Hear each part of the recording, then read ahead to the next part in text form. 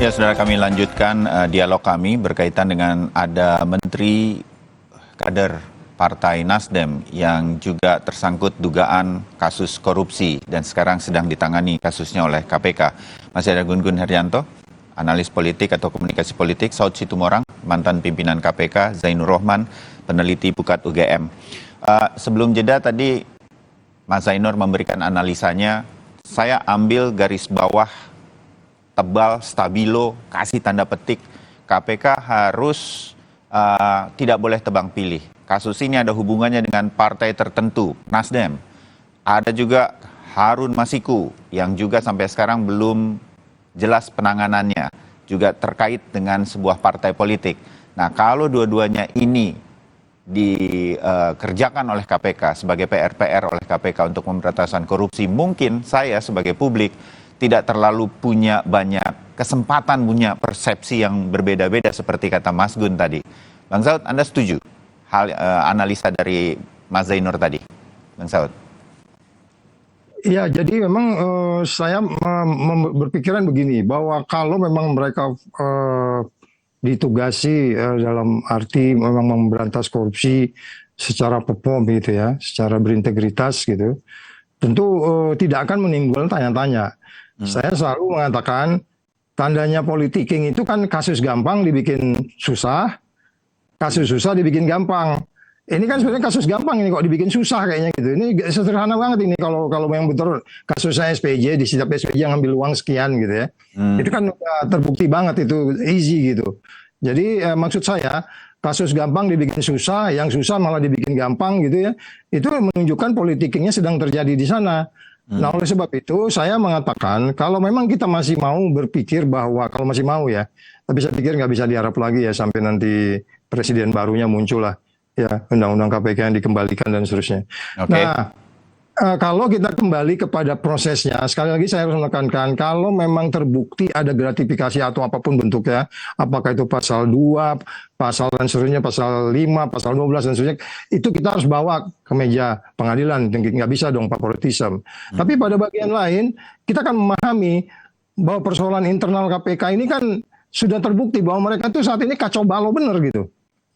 Sudah nggak kayak organisasi penegak hukum.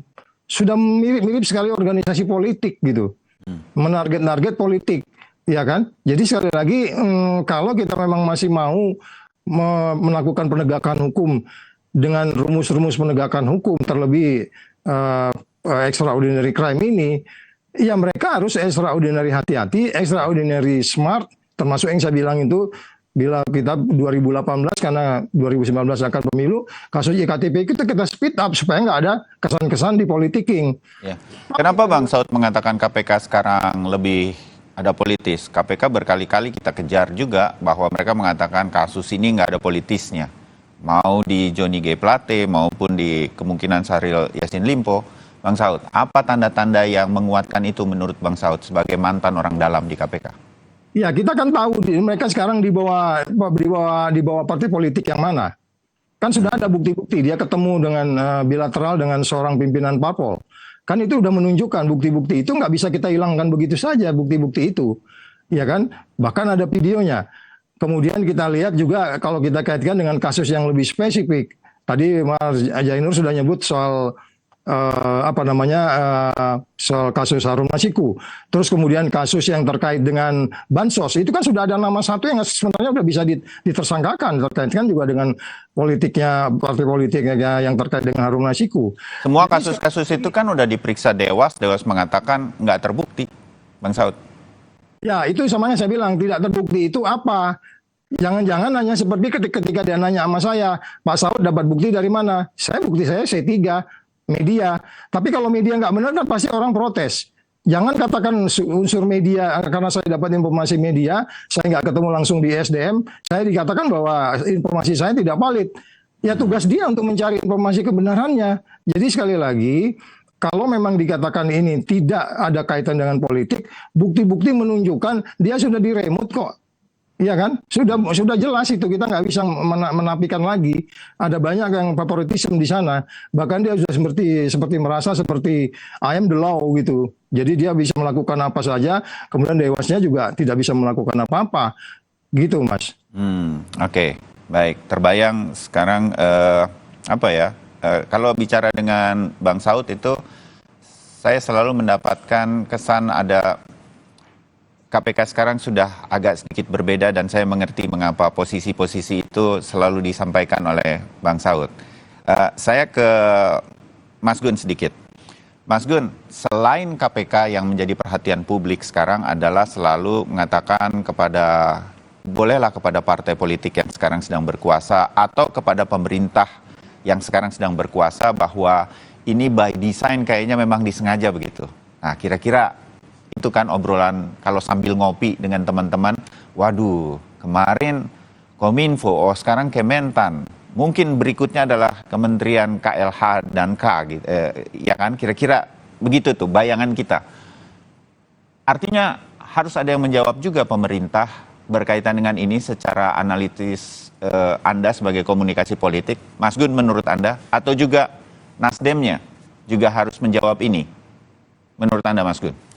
Jadi gini Mas Bayu ya, pertama menurut saya yang paling penting juga itu adalah role model dari pernyataan-pernyataan publik yang berpotensi untuk kemudian menjadi masalah. Contoh misalnya, saya termasuk yang mengkritik ya ketika misalnya penggunaan diksi cawe-cawe begitu ya, karena itu contoh misalnya itu bisa kemudian diinterpretasi dengan liar ya. Meskipun ya tentu ya sudah ada semacam klarifikasi ya bahwa itu adalah dalam konteks politik kenegaraan, tetapi kemudian kan seperti tindakan itu seperti sekuensial. Jadi ada satu pernyataan muncul di satu konteks ya, dan kalau tidak cepat proses memberi semacam klarifikasi, itu pernyataan akan menjadi equivocal communications ya, komunikasi itu kemudian menjadi satu hal yang multi interpretasi. Nah, itu yang kemudian sempat muncul pada saat Pak Presiden misalnya menggunakan kata cawe-cawe begitu ya.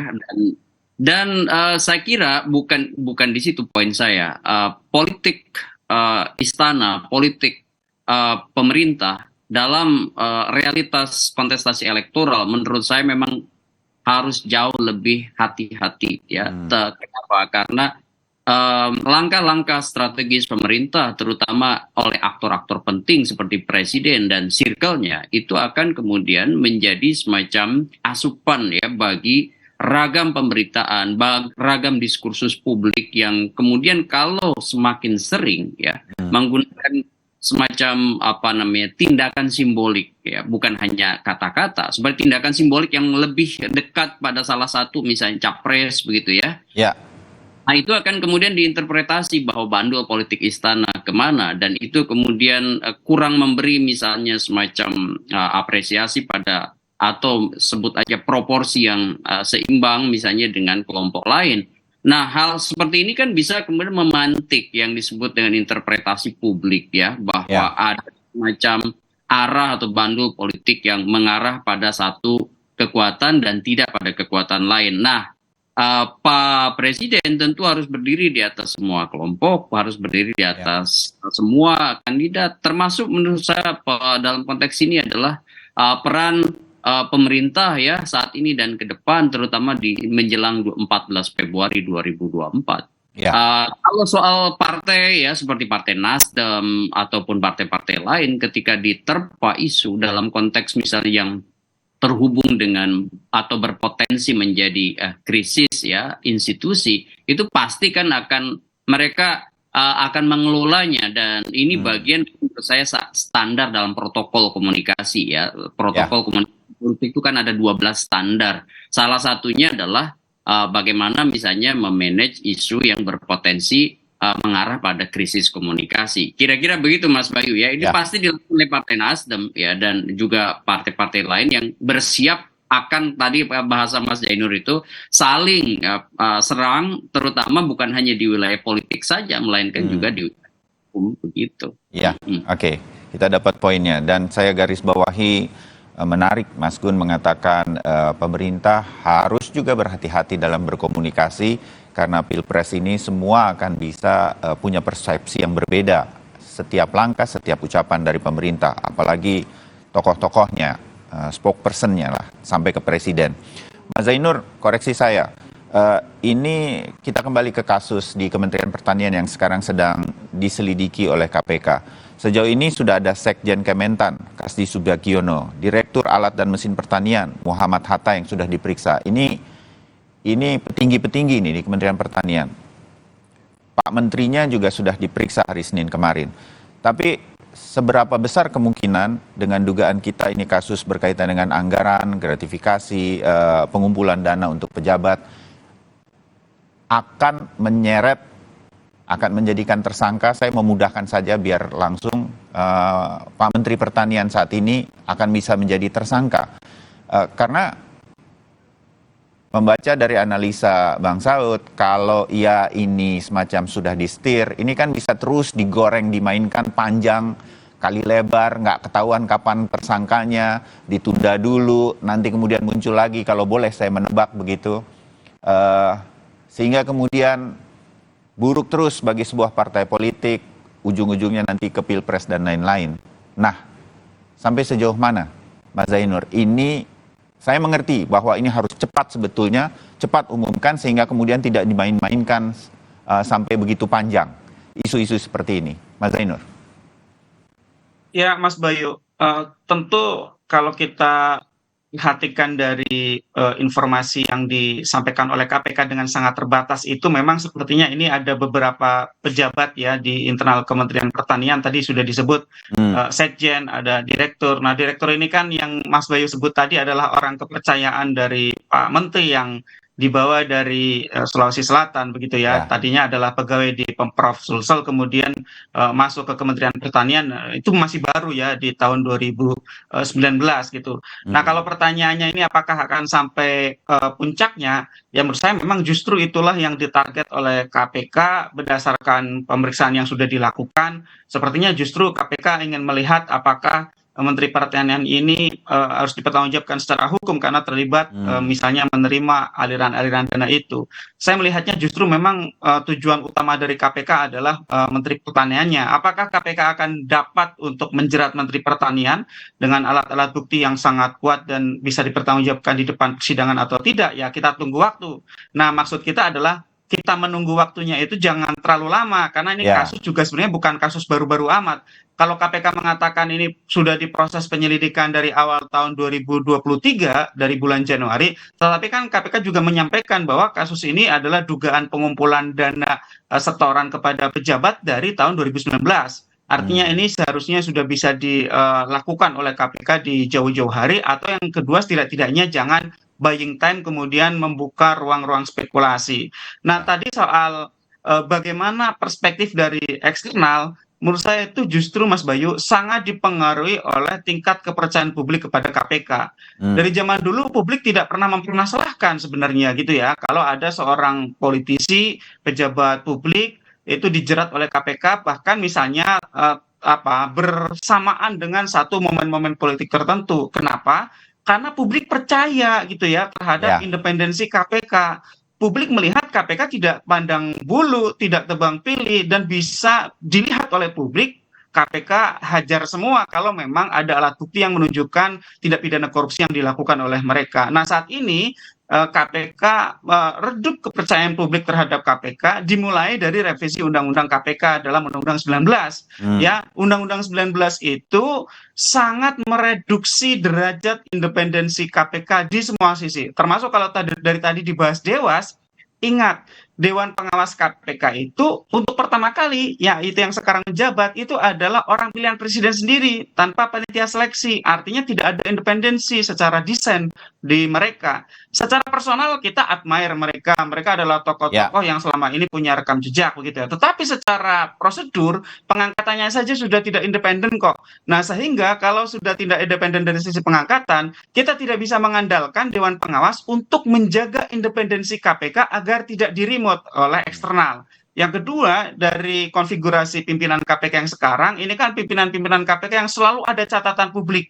Bahkan sudah satu mengundurkan diri karena diduga melakukan pelanggaran kode etik, bahkan diduga melakukan tindak pidana yang sayangnya sampai sekarang juga tidak diproses oleh aparat penegak hukum manapun. Itu artinya memang ada problem serius di internal KPK. Oleh karena itu, karena KPK-nya sudah berkurang derajat independensinya, ya perilaku perbuatan-perbuatan internalnya juga tidak bisa dipercaya oleh publik 100%, kemudian timbul persepsi-persepsi dari eksternal terhadap proses-proses hukum yang sekarang sedang berlangsung. Sehingga menurut saya ke depan seharusnya jika memang Indonesia ingin punya badan anti korupsi yang bersifat independen, harus dikembalikan independensinya seperti yang dulu. Dan itu yang seperti itu bisa disuarakan, Mas Bayu, dari pihak-pihak yang merasa sebagai korban seperti Nasdem ini. Nasdem kan punya anggota DPR, ya, suarakan di Komisi 3 gitu ya, agar KPK ini bisa independen. Atau anggota DPR Nasdem di Komisi 3 juga bisa meminta akuntabilitas kepada Jaksa Agung dalam proses penanganan Pak Joni G Plate atau dalam proses penanganan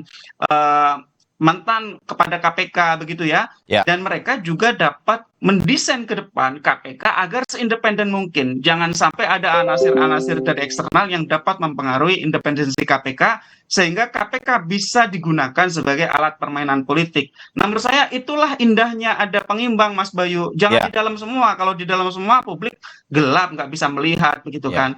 Kita paham kok bahwa memang ada keresahan-keresahan ya di pihak-pihak yang berada di eksternal pemerintah, khawatir dikerjai oleh alat-alat penegak hukum. Kita tahu itu. Tapi yang menurut saya dua yang saya catat. Yang pertama, jangan sekali-kali melakukan korupsi. Udah, kalau tidak korupsi tidak ada celah lagi, Mas Bayu. Ya. Yang kedua, ini seharusnya menjadi kesadaran bagi semua politisi bahwa kekuasaan itu sementara, tidak ada yang abadi. Semua itu temporer, Mas Bayu. Roda itu berputar. Sekarang berkuasa, besok bisa di luar gitu ya. Sehingga sekarang bisa aman. Tetapi ingat, tindak pidana korupsi itu bisa diproses kapanpun dengan daluarsa 18 tahun gitu ya.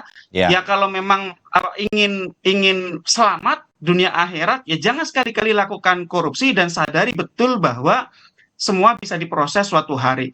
Kalau mau semuanya fair, dengan permainan yang adil, maka semua non-partisan, bipartis semua ya, di atas kepentingan partai politik, buatlah lembaga anti korupsi yang bersifat independen. Kembalikan independensi KPK. Orang semua yang di luar sekarang juga dulu juga sepakat kok dengan revisi Undang-Undang KPK. Sekarang baru merasa menjadi korban. Ya kalau saya sih, saya sangat ingat betapa pedihnya kita yang selama ini bergerak di bidang anti korupsi, betapa Undang-Undang 19 itu mempreteli independensi KPK, Mas Bayu. Ya, oke. Sudah dapat betul poin-poinnya berkaitan dengan kasus ini. Tapi saya ingin berikan kesempatan terakhir sebelum kita tutup. Bang Saud, profesionalisme independensi KPK pada saat ini, masih kita bisa berharap, paling tidak untuk kasus di Kementerian Pertanian ini, sehingga kemudian tidak ada persepsi yang lain, betul-betul kasus korupsi. Bang Saud. Ya, mereka harus buktikan itu ya. Harus buktikan bahwa mereka tidak politicking, mereka perform, mereka sesuai dengan azas-azas pemberantasan korupsi dan seterusnya, transparan, akuntabel, tidak konflik of interest. Kan tiga-tiga hal ini mewarnai di pikiran mereka, keadaan di dalam. Nah, oleh sebab itu berikutnya adalah bagaimana kita yang berada di luar ini, civil society, ya harus mengawasi ini nih. Makanya ketika kemarin kasus yang pertama itu yang menyangkut Nasdem, kan saya gambar sendiri semua kasusnya. Ternyata ada dari awal saya curiga ini pasti yang perusahaan ini sebagai konsorsium harus diambil. Makanya saya ke Komisi 3 waktu itu. Ya kan, ini nggak benar ini, jangan memihak begini satu sisi. Nah, kemudian belakangan ini jadi tersangka. Yang di situ juga banyak hal-hal yang bisa kita simpulkan bahwa teori-teori beneficial ownership dan berikutnya ya, dan hal-hal lain yang membuat kita makin yakin gitu. Kalau mereka yakin beneficial ownership, seharusnya sejak awal itu sudah ditersangkakan, walaupun kasusnya di kejaksaan ya. Tapi maksud saya adalah bahwa bagaimana kita bisa melakukan ini, keadilan yang akan datang dan semua pihak-pihak yang terlibat terkait dengan ini harus diselesaikan. Ya harus diselesaikan, jangan favoritism, jangan memilih sesuatu terus kemudian menyingkirkan yang mereka ada konflik of interest di sana. Nah, itu mereka harus buktikan bahwa mereka tidak politicking, tapi nyatanya kan sampai hari ini yang kita lihat itu sangat maksimal politicking-nya. Ya kan, masa kita harus nyebutin 1 sampai 100 sih? ya kan, Harun Masiku, kasus kemudian yang cerita-cerita geledah di kantor DPP, terus kemudian kasus yang barang bukti hilang di Kalimantan, ya kan, 1 truk barang bukti hilang itu gila itu, ya kan, terus kemudian apa lagi, Mas Yainur hafal itu lebih 100 kali, itu. Jadi maksud saya jangan dibilang ini tidak, kita punya fakta bahwa mereka itu sekarang favoritism. Kalau kita nggak mau bilang politicking lah gitu ya, memilih kasus gitu. Jadi ya udah, saya bilang udah kita biarin lah, pilih presiden yang benar, nanti undang-undang KPK kita kembaliin. Oke, sebagai sebuah harapan bagaimana kemudian perang terhadap korupsi nanti masih akan terus berjalan. Saya sebagai publik masih senang bisa berbincang terus dengan Bang Saud, Mas Zainur Rohman, dan juga Mas Gun Herianto untuk mengingatkan semua pihak sebetulnya tidak ada jalan sebetulnya untuk korupsi, dan kita sedang menuju terus ke sana sebagai sebuah optimisme. Walaupun kecil, tapi cahayanya masih ada di ujung lorong sana. Bang Saud, terima kasih. Bang Zainur, terima kasih. Mas Gun, terima kasih. Kita pantau terus situasi di Kementan yang sekarang sedang ditangani KPK. Selamat pagi, salam sehat. Selamat pagi. Ya, itu dialog kami pada pagi hari ini. Kita masih akan terus pantau situasi KPK yang terus akan menyelidiki dan mungkin akan naik nanti ke penyidikan kasus di Kementerian Pertanian. Kami jeda, dan sebentar lagi Valentina Sitorus akan hadirkan informasi-informasi lainnya, banyak juga dari kasus hukum dan HAM.